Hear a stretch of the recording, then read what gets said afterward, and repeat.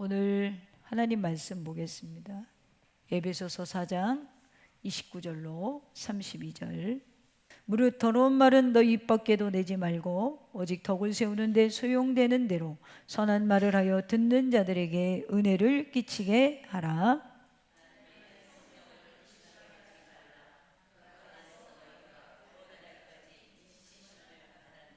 너희는 모든 악독과 노함과 분냉과 떠드는 것과 비방하는 것을 모든 악의와 함께 버리고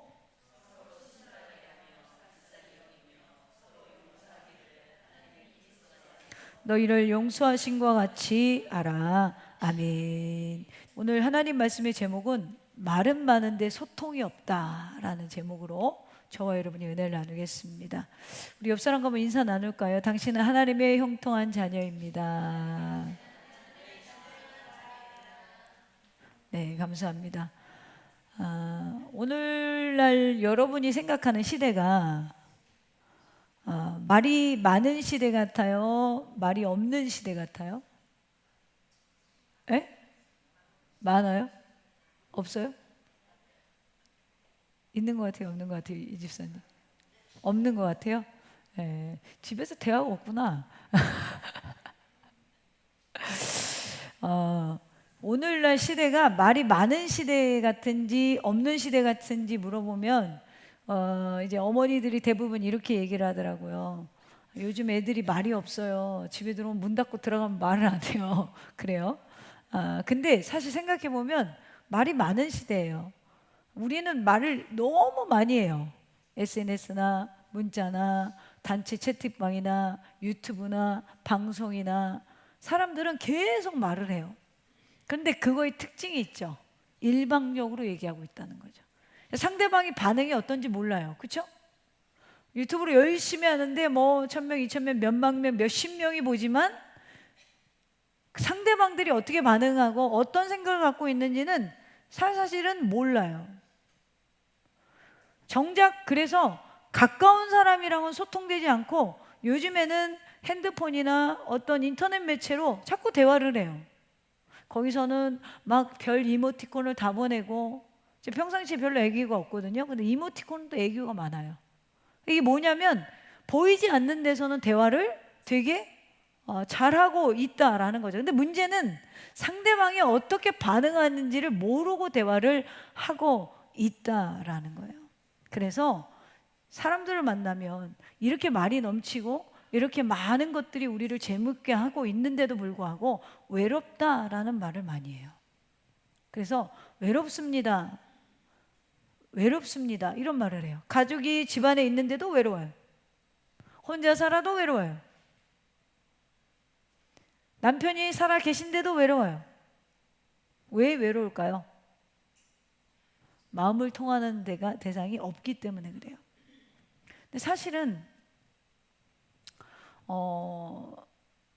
연세가 들어서 뭐 친구들이 다 먼저 떠났다면 모를까? 중년 정도 된 사람들 가운데 그 이상 가운데 와, 내가 정말 터놓고 얘기할 사람이 없다. 어떻게 진단하세요?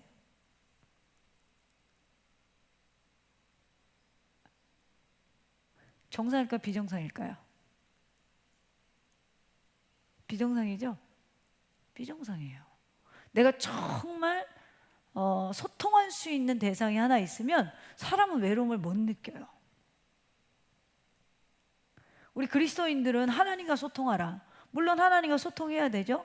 그런데 우리가 하나님과만 소통해서 되는 사람들이면 문제가 없어. 근데 하나님과만 소통해도 안 될 때가 있어요. 정말 하나님과 소통하고 기도하고 나가는데도 누군가의 저 그런 말 얘기 많이 들어요. 그래도 목사님한테 위로받고 싶은 거예요. 그래요. 근데 제가 좀 공감 능력이 많이 떨어져요. 위로를 좀 못 해줄 때가 있는 것 같아. 내가 생각해도 노력을 많이 해도 그게 잘 안 되는 것 같아.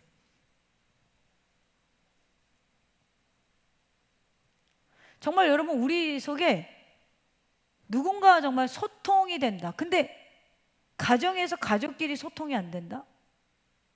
이게 좀 더 문제죠. 그래서 저는 여러분들이 오늘 지금 문득 내가 정말 고독하고 외로울 때, 야, 아무개야, 나와봐. 차 한잔 마시면서 허심탄회하게 얘기할 대상이 있는가? 없다면 지금부터 고치셔야 돼. 물론 여러분들이 하나님과만 지내면 괜찮아요. 그런 문제가 안 돼. 내가 보기에는 여기 그런 분이 더 이상 말하지 않겠어요? 자, 말은요 단순한 소리가 아니라 마음을 전달하는 통로죠. 지금도 우리 권사님이 찬양을 했는데 그 찬양을 통해서 우리가 어떠냐면 마음에 울림이 있잖아요. 이게 뭐냐면 소리를 통하여 소통이 됐다는 거예요. 감정과 고백과 이런 것들이 전하면 감동이 오는 거죠. 대부분 그 사람의 말을 들어보면 그 사람의 생각을 알 수가 있어요. 생각이 곧 말로 표현되기 때문입니다. 그래서 말은 단순한 소리가 아니라 소통의 창이 돼요. 그런데 생각해 보세요. 창이 열려 있지 않으면 아무리 많은 걸 던져도 들어올 수가 없잖아요. 그러니까 우리가 다른 타인과 대화를 할 때 말이라는 능력을 줬는데 내가 닫고 있으면 아무리 던져도 소통이 안 되는 거예요. 그럼 닫히는 이유가 뭐냐? 닫고 이야기하는 게 뭐냐? 하나님이 우리 인간에게 주신 능력 가운데 가장 탁월한 능력이 뭐냐면 말이에요. 언어란 말이에요. 그리고 오늘 본문은 이 말로 사람을 어떻게 살릴 수도 있고 죽일 수도 있는지를 가르치고 있어요. 하나님은 여러분 잘 생각해 보세요. 뭘로 세상을 창조하셨어요? 말씀으로 창조하셨잖아요. 아주 알기는 기똥차게 않아요. 그죠?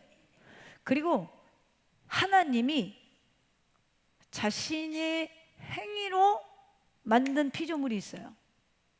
흙을 빚어서 뭘 만드셨죠? 사람을 만드셨어요.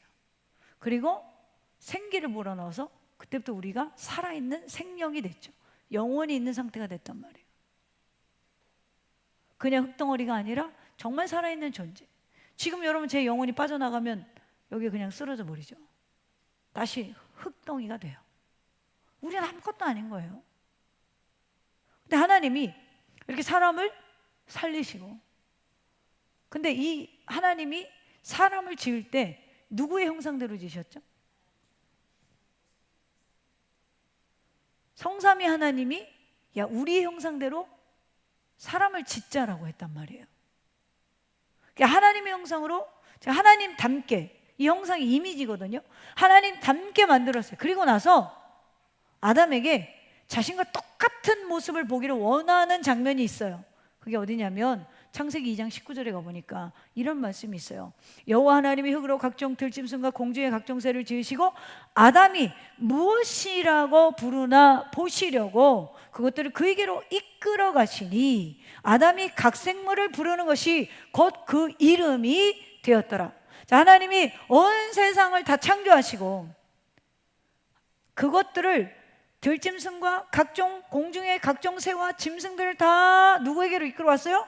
아담에게 이끌어 왔어요. 그리고 아담이 그것을 무엇이라고 부르나 보시려고 이끌어 왔다는 거예요. 빛이 있으라 했더니 뭐가 있었어요? 빛이 있었죠. 어둠이 있으라 했더니 뭐가 있었어요? 어둠이 있었죠. 자, 이 모습 그대로 아담이, 하나님을 닮은 아담이 각종 짐승을 바라보고 뭐라고 부르시나 보려고 이끌어 가셨다는 거예요. 짐승을. 자, 여기 여러분 비밀이 있죠. 아담이 각 생물을 부르는 것이 곧 그의 이름이 되었더라. 하나님이 말씀으로 천지를 창조하시고 하나님께서 만물을 다스릴 권세를 누구에게 주셨습니까? 인간에게 주셨죠.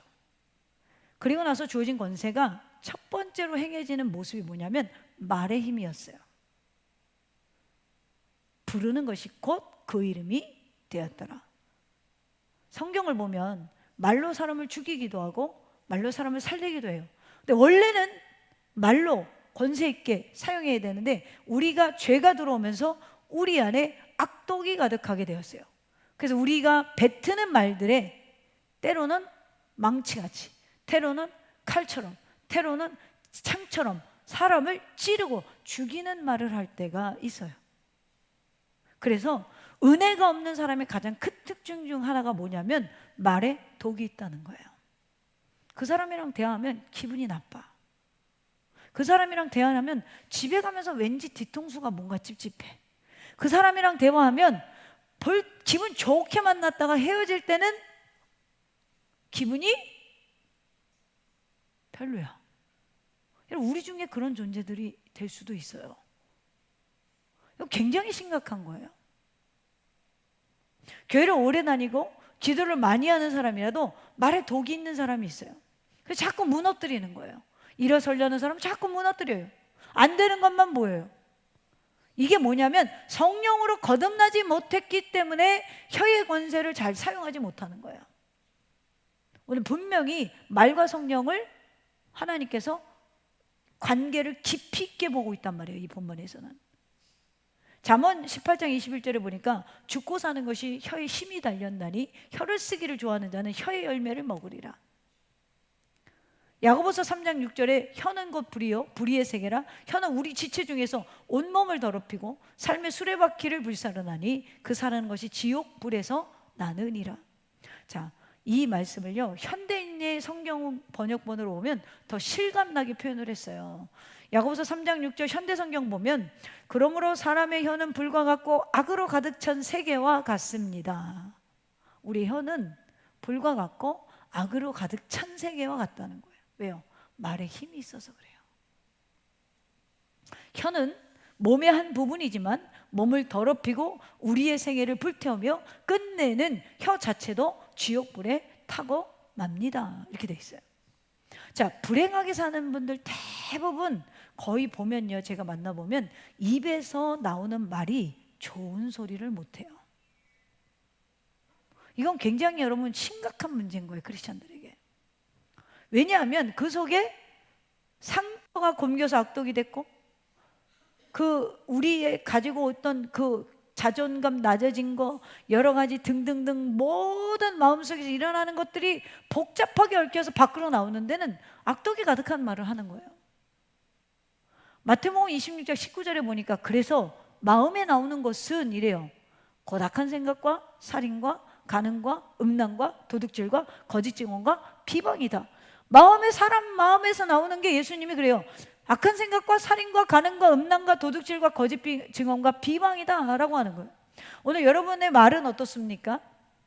자, 이 시간 이후로 오늘 말씀에 여러분들이 좀 붙들리기를 소망합니다. 그래서 사람의 마음의 문을 열고 하나님이 주신 권세의 말로서 이제는 소통을 시작해야 돼요. 나를 만나면 기분이 좋아야 돼. 나를 만나면 해피해야 돼. 근데 나만 만나면 돌아가는 사람들 얼굴이 뜨뜻해. 엄청난 문제가 있는 거예요 지금. 근데 그 문제를 지금 자기 인지 능력이 떨어져서 인지를 못하고 있다는 게 더 큰 문제인 거예요. 이제 본론으로 들어가서 말은 많은데 소통이 없는 시대. 왜 이런 일이 벌어질까? 말은 읽지만 공감이 있고 말은 많지만 진실이 없고 말은 쏟아지지만 경청이 없기 때문에 바로 이 시대에 하나님은 당신의 백성들을 부르십니다. 너희의 말은 달라야 된다. 너희가 부르는 대로 그대로 될지어다. 할렐루야. 말로 사람을 죽이는 시대, 너희는 말로 사람을 살리는 자가 되어라. 할렐루야. 그래서 첫 번째 소통의 시작은 무너뜨리는 말이 아니라 세우는 말을 해야 돼요. 여러분 이거 너무나 잘 알고 있잖아요.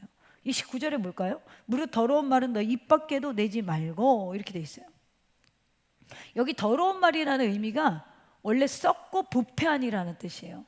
그러니까 단순한 욕설을 하는 게 아니고 사람의 마음을 해치고 공동체를 병들게 하는 언어를 말하는 거예요. 이런 것입니다. 우리 공동체 안에서 혹은 가정 안에서 혹은 여러분의 삶 안에서 냉소, 비꼼, 험단, 조롱, 무례함, 무책임한 비난, 이 모든 것이 본문에서 말하는 더러운 말, 즉 썩은 말이에요. 여러분 집안에 썩은 거 있으면 어떻게 해요? 네? 그냥 같이 살아요? 같이 살 거예요? 버려야 되잖아요. 그러니까 더러운 말이나 썩은 말, 즉 냉소적이고 비꼬고 험담하고 조롱하고 무례하고 무책임한 거는 버리라는 거예요. 입 밖에 내지 말라는 건 강하게 금하는 거거든요. 아니, 나오면 안 된다는 거야. 누구에게? 그리스도인에게 있어서. 왜냐하면 말이란 단순한 소리가 아니라 관계를 움직이는 무기이기 때문에 그래요. 여러분, 뭐 꼭 100% 그렇게 하면 안 되는 경우도 있지만 이런 경우가 있어요. 내가 뭘 했어. 근데 이 사람은 날 칭찬하는데 이 사람은 항상 가면 나를 고쳐준다고 생각하면서 이렇게 하세요 라고 하면 누구한테 가죠? 칭찬하는 쪽으로 가죠. 자꾸 지적하는 데는 안 가요. 그래서 인간관계를 끊고 싶으면 오늘부터 권면과 책망만 맨날 해봐. 그럼 주변에 아무도 없어. 자식도 안 와. 안 온다니까 진짜로. 그게 싫어서가 아니에요. 그게 어려워서 소통이 안 되기 때문에 그래요. 분명히 송도 신도시랑 영종 신도시랑 멋지게 지어놨잖아요. 청라 신도시랑 다 지어놨어요. 근데 다리를 딱 끊어놔 봐. 그림의 떡이야. 가볼 수가 없어. 어쩌다 한 번씩 배를 불러서 갈 때만 한 번씩 갈 수 있어. 뜨문뜨문 소통이 되는 거야. 다리가 이어져 있어야 자주 왕래할 수 있잖아요. 근데 이 자주 왕래하려면 냉소적이고 비꼬고 험담하고 조롱하고 무례하고 무책임한 비난이 없어야 된다는 거야. 왜요? 이게 관계를 움직이는 무기이기 때문에 그렇다는 거죠. 그 반대로 바울은 덕은 세우는 말을, 선한 말을 해라 이래요. 그래서 여기서 29절 중간쯤 보면 오직 덕을 세우는데 소용되는 대로 선한 말을 하여 듣는 자들에게 은혜를 끼치게 하라. 여기 덕을 세운다라는 표현이 헬라어로 오이코도메라는 단어예요. 이게 뭐냐면 건축한다라는 거예요. 관계는 여러분 말로서 쌓아 올려야 된다는 거예요. 근데 말로서 자꾸 관계를 헐어. 이러면 이 관계가 유지가 안 된다? 소통이 된다? 안 된다는 거죠. 자, 우리가 지금 세 번째 시간인데 소통에 대해서 첫 번째 시간에는 누가복음 18장에서 자기 인식, 즉 내가 누구인가 하나님 앞에서 자신을 진실하게 세리처럼 발견하는 것이 소통의 시작이었고, 두 번째 주에는 예레미야, 지난주죠, 예레미야 3장과 시편 139편을 통해서 자기 기만을 벗고 하나님 앞에서 나를 정직하게 드러내라, 즉 메타인지의 태도에서 회복이 시작된다. 자기의 능력과 자기 한계성을 인정하라라고 그랬어요. 그렇다면 오늘 세 번째 시간은 실천편이에요. 자기를 발견한 사람은 이제는 다른 사람을 험담할 수도 냉소할 수도 비난할 수도 무례할 수도 없어요. 왜죠? 내 평생 살아온 길 뒤돌아보니 걸음마다 자국마다 모두 죄뿐입니다. 근데 누구를 비난해요? 비난할 수 없죠. 주님이 가늠한 여자 데려와서 어떻게 하나 시험할 때, 야, 너희 중에 죄가 없는 자가 먼저 돌로 치라. 그랬더니 어른들부터 사라졌죠. 아무도 돌로 칠 수 없었어요, 그 질문에. 우리는 아무도 말로 누구를 칠 수 없습니다.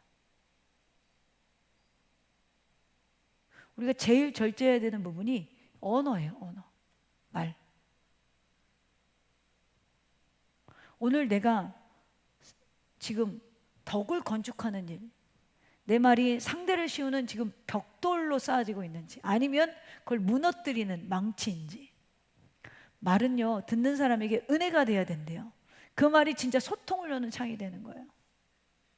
한 주간 아니 우리 일평생 우리가 인식하고 노력해야 되는 부분이, 나는 배우자, 자녀, 성도들에게 어떤 말을 하고 있는가를 알고 있어야 돼요. 그래서 오늘 나의 삶은, 나의 말은 사람을 세우고 있는가, 무너뜨리고 있는가? 이 질문에 이제는 사람을 세우는 말로 시작해서 소통에 막힘이 없는 우리 모두가 되기를 주님의 이름으로 축원합니다. 두 번째로 30절에 보니까 소통의 통로인 말은 곧 성령의 통로이기 때문에 우리가 고쳐야 되는 거예요. 30절에 보면 말 이야기를 하다가 갑자기 성령 이야기를 해요. 하나님의 성령을 근심하게 하지 말라. 자, 왜 말에 대한 가르침 한가운데 바울이 갑자기 성령 이야기를 꺼낸 것일까? 그것은 우리의 말이 곧 영적 민감도와 연결되었기 때문에 그래요. 성령은 인격이시잖아요. 할렐루야? 할렐루야. 근데 저는 제가 일부에도 얘기했는데 초중고, 제 모태 신학이잖아요. 초중고 교회 학교를 다 나왔어. 그리고 이제 나중에 대학에 가서 또 청년부 활동을 하고 이랬는데, 그때도 맨날 목사님이 앞에서 우리는 주님을 인격적으로 만나야 됩니다 하는데, 인격적으로 만나는 게 뭔지 모르겠는 거예요. 자매님 아세요? 할렐루야. 아시죠? 네.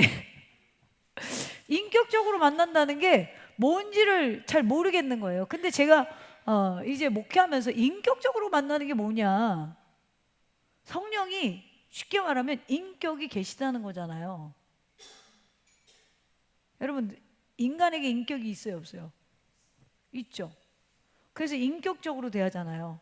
실제 존재하는 것처럼 그 사람을 의식하고 존재하잖아요.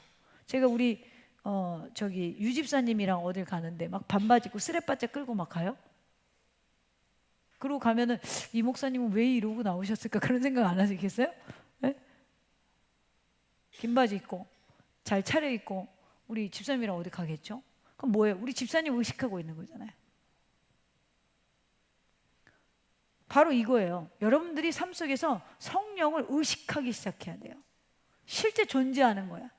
마치 이런 거죠. 하나님, 난 배가 아파요. 성령님, 나 지금 배가 아픈데 어떻게 하면 좋을까요? 예전엔 이렇게 말하는 사람이 미친 사람 같았거든요. 실제 존재하고 계시잖아요. 너무 배가 아파서 병원에 가고 싶어요.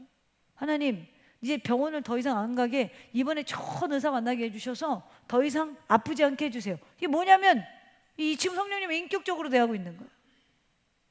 꼭 그가 내 곁에 있고 나와 함께 있고 내 모든 삶을 지금 주장하고 있다고 믿고 계속해서 그를 인정하는 거예요.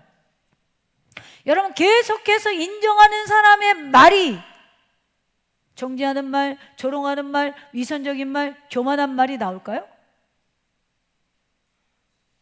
안 나오겠죠. 우리 자꾸 까먹어요. 성령님이 내 안에 계시다는 걸.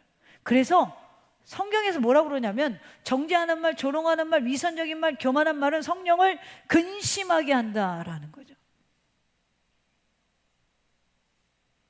반면에 온유하고 진실하고 덕이 있는 말은 성령을 기쁘시게 한다라는 거예요. 그래서 우리가 다시 야고보서 3장 6절을 돌이켜보면 혀는 곧 불이요 불의 세계라라고 했잖아요. 심리학적으로 말은 우리의 내면 상태를 드러내거든요. 정서 인지 능력이 떨어지면 감정이 말로 제어되지 않고 폭발해요. 그리고 공감 능력이 높은 사람은 말을 부드럽게 합니다. 자, 정서 인지 능력은 무슨 얘기냐면 지금 자신의 감정이 무엇인지를 인식하고 언어로 표현할 수 있는 능력을 정서 인지 능력이라고 해요. 예를 들어서 이렇게 말하는 거예요. 나는 지금 그냥 짜증나. 막 가는데 우리 그러진 않겠지만 미선자매가 엄마한테 아씨 짜증나 죽겠어 지금. 엄마 말하지 마. 짜증나. 아, 너무 리얼했나? 네, 우리 엄마한테 잘했어. 짜증나. 조용히 해. 자, 그때 짜증나는데 이유가 없고 그냥 짜증나. 그래요? 그래요? 자매님? 짜증나는데 이유가 없고 그냥 짜증나고 짜증나서 화가 나. 여러분, 이렇게 반응할 때 되게 많잖아요. 우리가 아, 나만 그러나? 뭐 아닌 것처럼 이렇게 다들 근데 여러분, 이걸 좀 바꾸면 자기 인지능 정서 인지 능력이 있는 사람은 이렇다는 거예요. 나는 지금 엄마가 그 말을 해서 무시당한 것 같아서 속상해서 짜증이 나. 완전 다르죠. 그렇게 엄마가 행동하는 게 내가 무시당하는 것 같아. 지금 당신이 나한테 그래서 내가 지금 황당하고 좀 민망해. 아, 당신이 그렇게 나를 구박하니까 아, 나는 지금 마음이 쫄려서 당신이라는 사람이랑 꽉 막힌 것 같아. 여러분들이 집에서 이렇게 언어를 바꾸면 어떤 능력이 반응이 오냐면, 첫째는 감정에 휘둘리는 싸움을 안 해요. 둘째는 상대방에게 내 감정을 건강하게 전달하는 거예요. 엄마가 나 배우자 그러겠죠. 그래? 내 행동에 무시당하는 느낌을 받을 수 있겠다. 그러면 어떻게 되죠? 갈등을 줄이고 공감받을 가능성이 높아져요. 근데 말도 않고 삐져가지고 문 닫고 들어가면 답이 없는 거야. 이게 뭐냐면, 난 너랑 소통하지 않겠어. 화를 빡 내고 들어가서 문 닫고 7일 밤을 얘기를 안 해.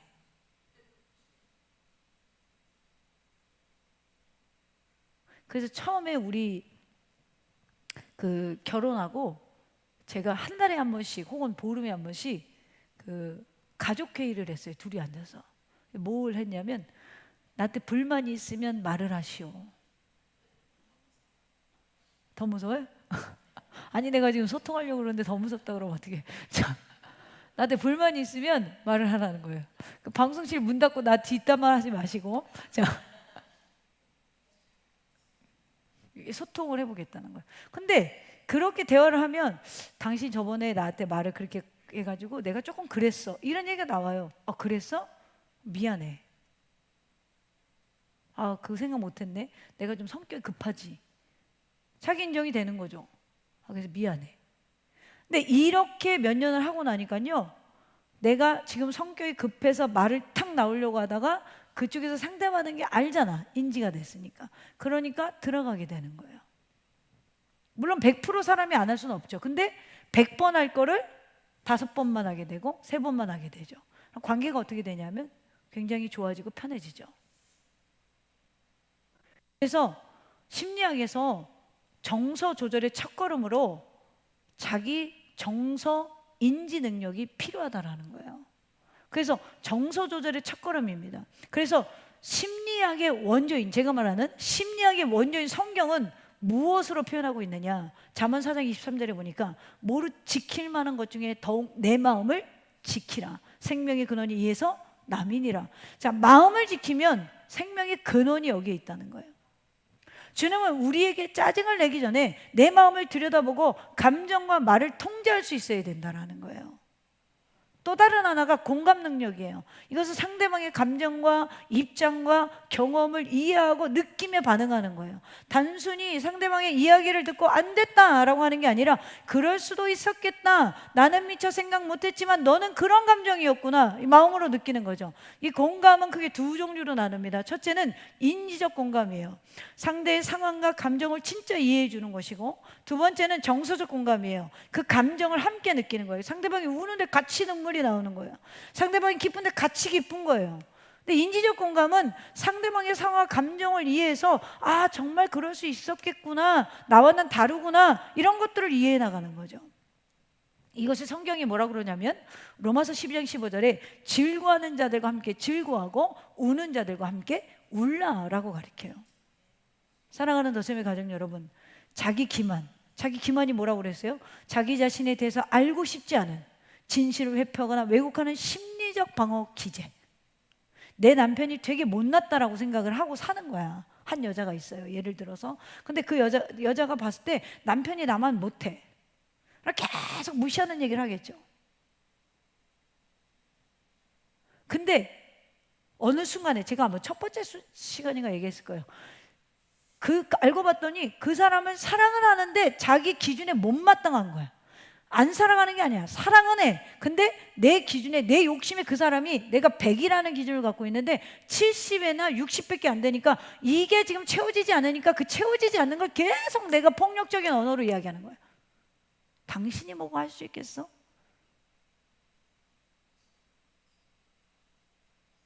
당신은 그게 그래서 안 돼. 그렇지 뭐. 이런 말을 한다는 거죠. 그래서 자기가 그 남자를 사랑하는 걸 받아들이고 싶지 않은 상태. 이게 자기 기만이에요. 저게 내 자녀야? 예전에 전 이런 분 봤어요. 아들이 정신질환병에 걸렸는데 저 골목 끝이랑 이 골목 끝에서 이렇게 오잖아요. 실제로 저기서 아들이 오면 돌아서 가세요. 왜? 내 자식이, 내가 교회에서 이렇게 봉사하는 부부인데 내 자식이 이 정신질환에 걸린 게 이게 창피한 거예요. 그래서 10수년을 같이 예배를 안 드려요. 아들은 9시 예배 저 뒤에 2층 교회 저 구석에 있다가 가고, 자기들은 11시 예배 와서 막 봉사하는 거예요. 문제가 있는데 덮어두는 거죠. 계속 발견하고 싶죠. 받아들이고 싶지 않은 거예요. 이게 자격심만이에요. 진실을 회피하거나 왜곡하는 심리. 이런 경우도 있어요. 요즘엔 자기가 돈이 없어. 근데 돈이 없는 걸 받아들이고 싶지 않아. 그래서 더 써. 요즘 젊은 친구들 이런 경우 굉장히 많습니다. 이게 현실인 게 받아들이고 싶지 않아서 계속 사는 거예요. 명품백 계속 사고 차 계속 바꾸고. 이게 뭐냐면 지금 진실을 회피하는 거예요. 계속해서. 오늘날 젊은 청년들이 지금 이런 문제가 굉장히 많아요. 능력이 안 되는 차를 타고 다니고 빚을 또 지고. 말은요, 여러분, 내 안의 상처와 상태를 보여주는 거울이에요. 그래서 이 자기 기만에 빠진 사람은 항상 자기는 옳고요, 남만 문제라고 자꾸 생각해요. 왜 그러냐면 내 문제는 자꾸 덮어두기 때문에 그래요. 근데 여러분, 소통의 시작은 이걸 자꾸 드러내야 돼요. 하나님 앞에서 드러내야 된다라고 했잖아요. 그래서 이 말이 그 성령과의 관계, 내면의 거룩함과 직결되어 있는 거예요. 왜죠? 마음에서 나오는 거기 때문에. 이것이 왜 중요하냐면 30절 중간부터 보면 이런 말씀을 합니다. 그 안에서 너희가 구원의 날까지 인치심을 받았느니라. 자, 여기 인치심 받았다라는 의미가 뭐죠? 너는 내 거야! 그리고 도장 찍었다는 거예요. 우리 은정자매 하나님이 너는 내 딸이야! 그리고 도장 찍었다는 거예요. 내 거야! 이러는 거예요, 하나님이. 자, 이 말은 우리 그리스도인으로서 신분이 뭐냐면 하나님의 자녀라는 신분을 가졌다는 거예요. 하나님이 그러는 거예요. 너는 내 딸이야, 내 아들이야, 넌 내 거야. 하나님이 당신의 자녀로 도장을 찍었는데 우리가 세상에서 그 안에 그 성령이 우리 안에 계시기 때문에 인침을 받은 증거가 된다라는 거죠. 우리가 인침받았다, 하나님의 자녀가 되었다라는 증거가 성령 세례잖아요. 성령이 내 안에 내주하고 계신다라는 거죠. 이 내주하는 성령이 내 안에서 자유롭게 활동하면 이 안에 마음의 평화, 하나님 주신 평화. 언어가 어떻게 되겠어요? 악독이 아니라 좋은 말이 나오죠. 마음이 편안하면 좋은 말이 나와요. 여러분, 좋은 말 언제 나와요? 통장에 빵빵하게 돈이 있을 때. 내가 사랑하는 사람이 좋은 선물을 줬을 때 마음이 편안해지잖아. 내가 짝사랑하는 그대가 나에게 다가왔을 때 마음이 그냥 막 평안해지고 행복이 가득하잖아요. 그때는 언어가 어때요? 세상이 꽃보다 아름다워. 근데 짝사랑하는 놈도 나한테 안 오고 통장에 돈은 떨어지고, 에? 좋은 선물 하나 못 받고, 그러면 어떻게 돼요? 마음에서 도끼가 나오죠. 언어가 거칠어져요. 거칠어져요.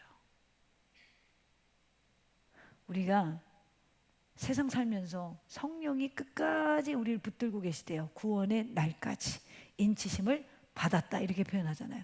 이게 뭐냐면 성령이 여러분들 주님 앞에 서는 날까지 붙드신다라는 거예요.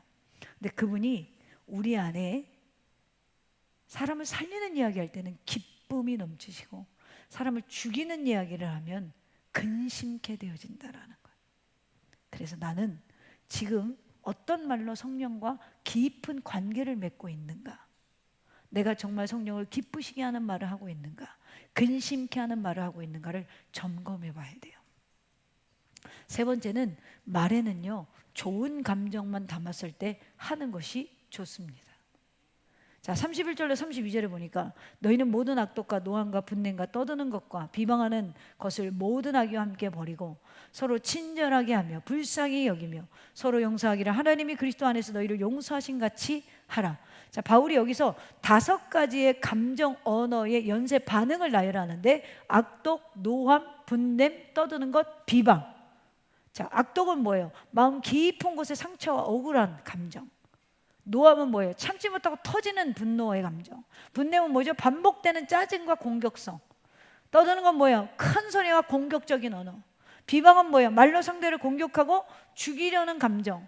자, 이 감정들이 악의로 이어지고 공동체는 그러면 어떻게 되죠? 깨어지고 상처 입게 되는 거예요.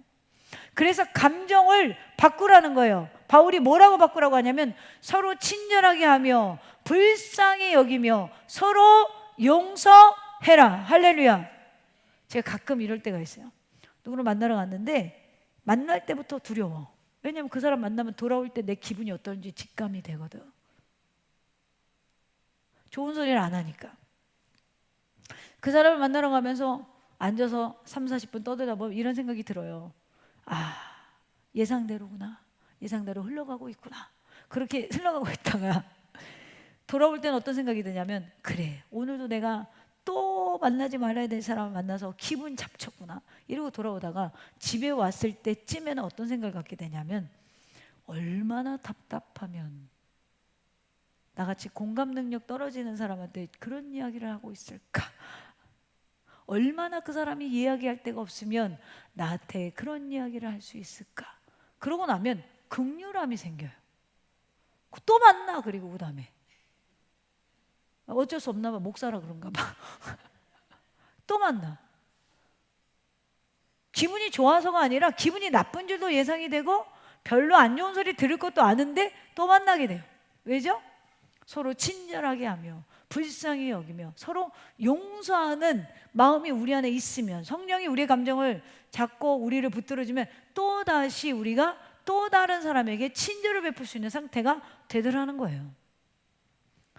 가끔 이런 말을, 누가 그런 말을 하더라고요. 나이가 들으면 입은 닫고 지갑을 열어라. 근데 제가 이제 후배들이 이제 좀 생기잖아요. 저도 이제 중년이 넘어가니까. 그러면 정말 제가 말을 하면 다 조용해요. 왜냐면 이제 뭐 나이도 많고 목회자고 이러니까 그렇겠죠. 듣냐고 그러겠죠. 그러다 보면 조용해져요. 어느 순간 내가 조용하면 후배들이 얘기를 해요. 계산은 뭐에 나올 때? 지갑을 열어. 그래서 나 싫어하는 후배가 없어.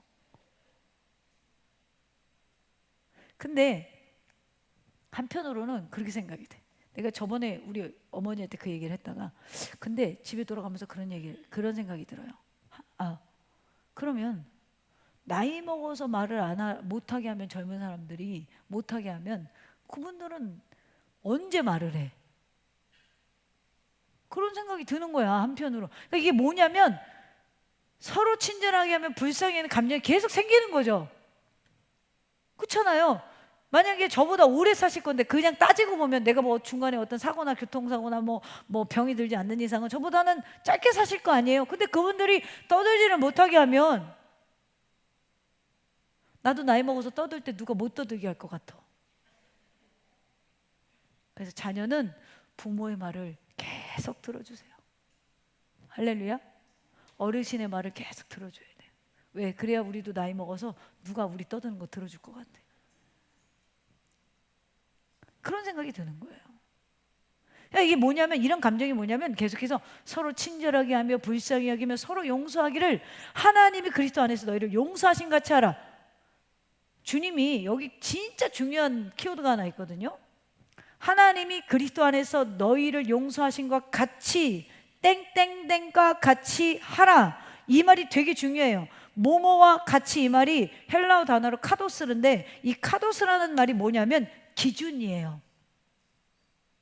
제가 그렇게 자꾸 바뀌고 저를 상처 주는 사람을 계속 만날 수 있는 이유가 기준이 하나님께 있기 때문에 그래요. 자꾸 기준을 하나님께로 바꾸려고 해서 그래요. 뭐뭐와 같이, 이 말이 기준인데 우리는 내 기준이 아니라 하나님의 방식으로 서로를 친절하게 하며 불쌍히 여기며 서로 용서하기를 하나님의 기준에 맞춰서 하라는 거죠. 그래서 우리가 정말 힘든 대상들이 세상에 만났을 때, 정말 용서하기 힘든 대상을 만났을 때,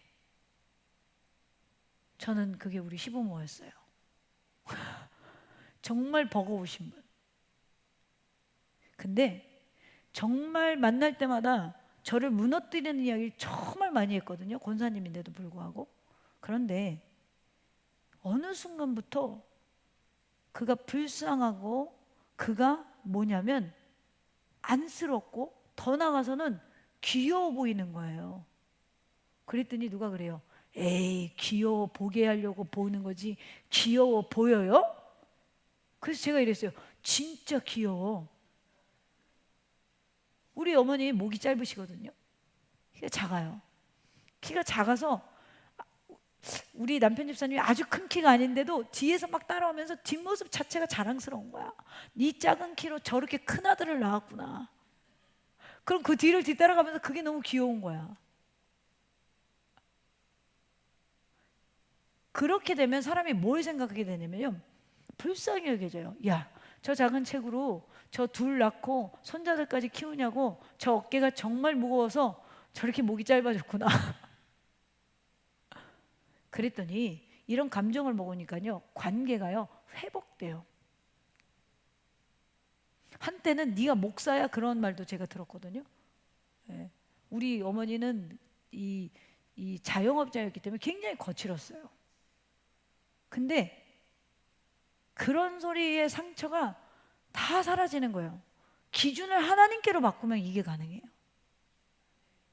근데 이게 기준을 안 바꾸니까 여러분들 계속 여러분들의 남편은 모질한 것 같고, 여러분들의 아내는 계속 못생긴 것 같고, 부족한 것 같고, 여러분들의 자식은 와, 저 자식이 내 자식이야? 내가 어떻게 저런 미역국 먹고 저런 자식이라고 미역국을 먹었지?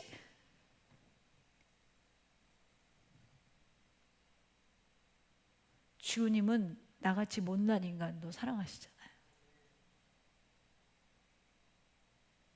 우리의 수준은 이렇게 이해할 수 있어요. 에이, 저 사람도 힘드니까 그렇지. 여러분, 이건 세상 사람들도 하는 거거든요. 세상 사람들의 관계도 성격 좋은 사람들 하잖아요. 근데 여러분, 하나님은 십자가의 은혜를 받은 자답게 베푸는 용서가 우리에게 필요하다라는 거죠. 그래서 우리가 원수와 소통할 수 있는 능력자가 될 수 있는 방법은 기준을 하나님의 방법으로 바꿀 때만이 가능하다라는 거예요. 지금 우리에게 좀 물었으면 좋겠어요. 나는 언제 마지막으로 용서의 말을 했는가? 불쑥 내뱉는 말이 누군가에게 얼마나 상처를 주는지 돌아봤으면 좋겠어요. 그렇습니다. 말은 성령의 창입니다. 소통 회복의 통로예요. 오늘날 우리는 말은 많지만 소통이 없는 세대를 살아가요. 일방적이에요. 내 감정만 중요해요. 내가 표현하고 싶은 것만 표현하려고 해요. 근데 기준이 하나님께로 이제는 바뀌어야 돼요. 주님이 오늘 이렇게 우리에게 외치는 거예요. 기준! 하면 어떻게 돼요? 쫙 모이잖아요. 몇 년 몇 정도로 쫙. 지금 주님이 우리 손 들고 얘기하는 거예요. 기준은 뭐냐? 십자가의 은혜로 용서받은 자답게 세상 속에서 너희도 사람을 용서하는 말을 하라는 거죠. 세우는 말을 하라는 거예요. 오늘 우리의 입술이 정결하게 돼요. 골로새서 4장 6절에 보니까 너희 말을 항상 은혜 가운데 소금에 맛을 낸 것 같이 하라. 그리하면 각 사람에게 마땅히 대답하게 할 것을 알리라. 할렐루야. 소금에 맛을 낸 것 같이 하라. 우리 더샘교회 지체들부터 시작이 되어지면 우리 이 지역에 소금 같은 말, 생명을 살리는 말, 소통을 여는 말, 바로 그것이 그리스도의 언어요, 여러분의 언어가 되어서 정말 여러분의 삶에 놀라운 소통의 회복이 시작될 줄로 믿습니다. 그런 은혜가 있기를 주님의 이름으로 축원합니다.